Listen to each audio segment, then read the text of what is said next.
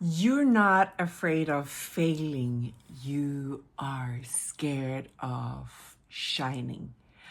And this is such a common, but we never think about it. That we think that failing is much easier, it's safer in a way, because if we shine, that will show all of us, that literally will dive into the core essence of who we are. And that takes too much attention. That's too scary. That's too much of everything. So think about that one. Let it sink in.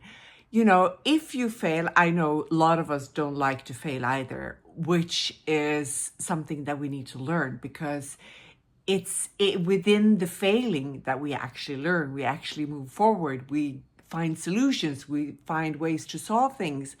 And that's why it's so important.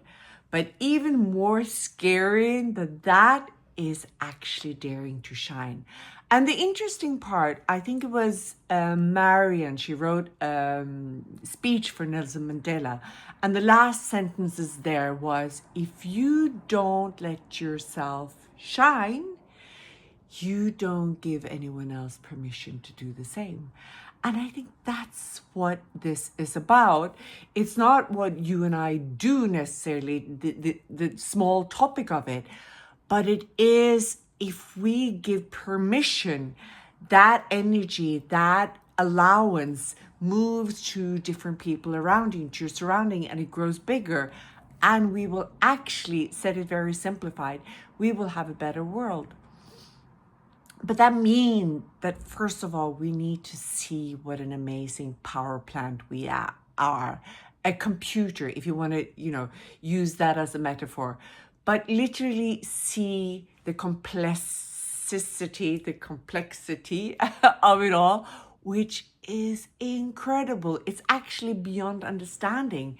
That's why scientists don't know it yet. They don't know enough about the brain. But they know that much, that they know it's plasma, it's soft, it needs to be challenged so you can move forward. That means that you have to go into the uncomfortable. You have to dive into the things that you don't know about. You have to dive into change. And change is one of the most scary things we know, subconsciously and conscious, because it's a pattern where, or it's a place where there are no safety net. We don't know anything about it. We're moving out of something that is comfortable, even if it's really bad, even if somebody hits us or drinks too much, or it's a horrible boss or husband or friend, or it doesn't matter what it is. But that story we know. Maybe because it's based on something in our childhood, it's been with us for a long time. We know how that works. So in the oddest way, it's familiar. But stepping out into the unknown, that is bad. But that's where we evolve, and that's how our plasma, our brain plasma, starts getting satisfied. It's like, ooh, now I have something to chew, bite on.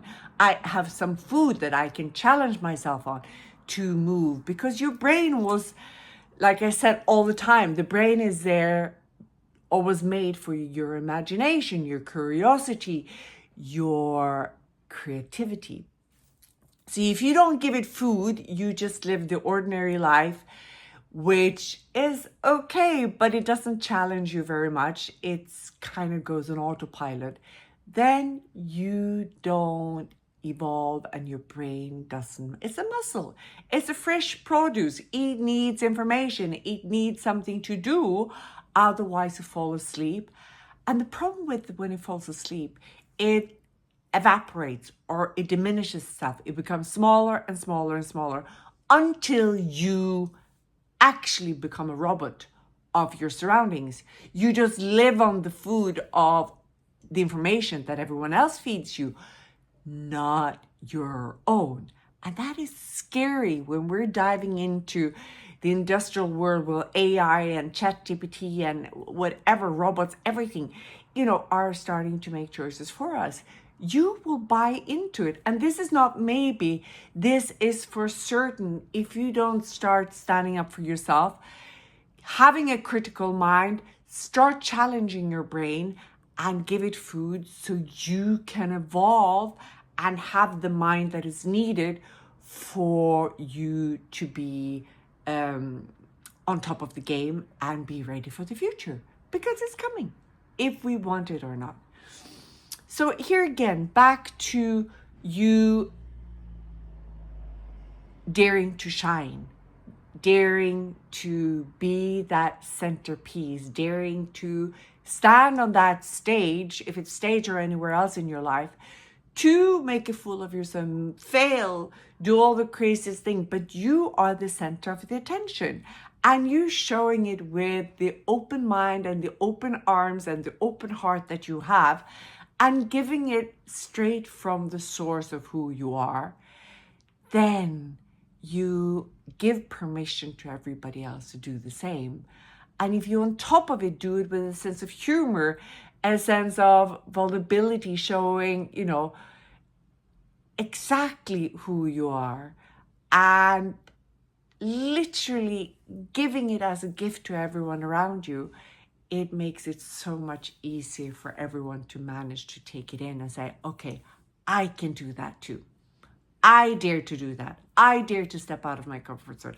I dare to step up onto that stage and sit in the front seat of my car and not let politics, government, friends, partners, family have the last word or have the last opinion. But you actually choose to challenge it, because there is no truth. There's nothing that is right or wrong. You see it even in science that, one thing is proven today, but it might not be proven tomorrow any longer, because everything changes. And the same with the rest of the people around you. They are all into change, even if they don't want to, and even if they don't think that's happening. That is just part of being part of nature. So you don't have a choice here. So that's why, if you make a fool of yourself yesterday, it probably will be forgotten today, because there's so many other things happening along the way that will take the attention of what happened, that it doesn't really matter. So if you have that in the back of your mind, it will be easier to accept change. Dare to step into the unknown. And another thing with stepping into the unknown is that when you dare to do that, things around you, your energy, your purpose, your everything will change accordingly. That's just how it is. But if you stay stuck in where you're at, nothing will change. It would just repeat itself, just in different batteries. But the same topic will repeat, the same partner, the same friends, the same whatever. But if you dare to step out of that box, you will see that new information will come and your surrounding will change too. I'm sure you've experienced it, but that's what's so unique about this. It's that it actually gives you so much back than staying stuck where you are at right now.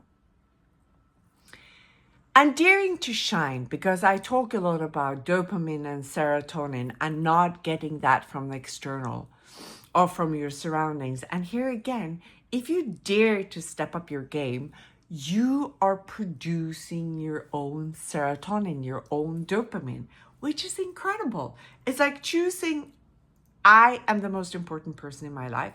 I am going to go for a walk every single morning. I've done that for 40 years. I don't think there's maybe 10 times I haven't done it. Snow, winter, rain, whatever, I still do it. And why? Because I start out my day by creating my own dopamine and my own serotonin, which makes my day grand. That means that I can choose to take that center stage anytime, because I've decided that's what I want to do. Not to be seen, not to be loved, but because I have a purpose, I have a vision, I have a passion that I want to get out there. I want people to understand that they can change their frame of mind. They can change their mindset, that their minds is not who they are. Because if we believe that, we are stuck. But if you understand that you can change as much as 40 to 50% of yourself, then you can create anything.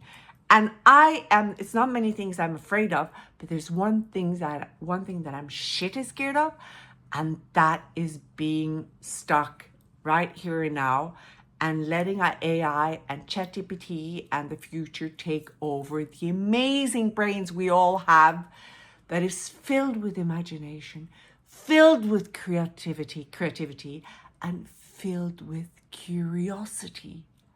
And that somebody is going to override that, and I am going to become a robot / myself. That scares the shit out of me. So that's why I will continue and talk about it. I will continue to give you information. I will continue to stand on this path because I think it's so vitally important. And I also keep saying that, if you believe there's a third world war coming, I don't necessarily believe it's going to be by guns and bombs and, technology. We are the worst enemies of ourselves. I think that if we don't step up our game, all of us, to choose to change our frame of mind, stepping out of fear, stepping into our capacity and how unique we are, each and every one of us, we are going to lose. And we're not going to lose the world, we're going to lose ourselves. And we will be lost. And this happens so fast and so genuinely, it really goes into every cell and every nervous system, every part of our body. So if we don't choose to change, we've lost. As simple as that. And people that has chosen to understand this and really go for it and really, understand how important it is, they will outrun us. They will outbid us. They will actually have the currency of the future. And we will keep on sitting in the backseat and listen to their opinion, listen to how they choose to rule, listen to how they want the economy to go by. To whatever they choose isn't important because we've lost the capacity for our own unique creativity. We have instead dived into fear. And that fear diminishes us so fast, much faster than you think. And remember, there are only two fears we are born with, and that is heights and high sounds. That's all.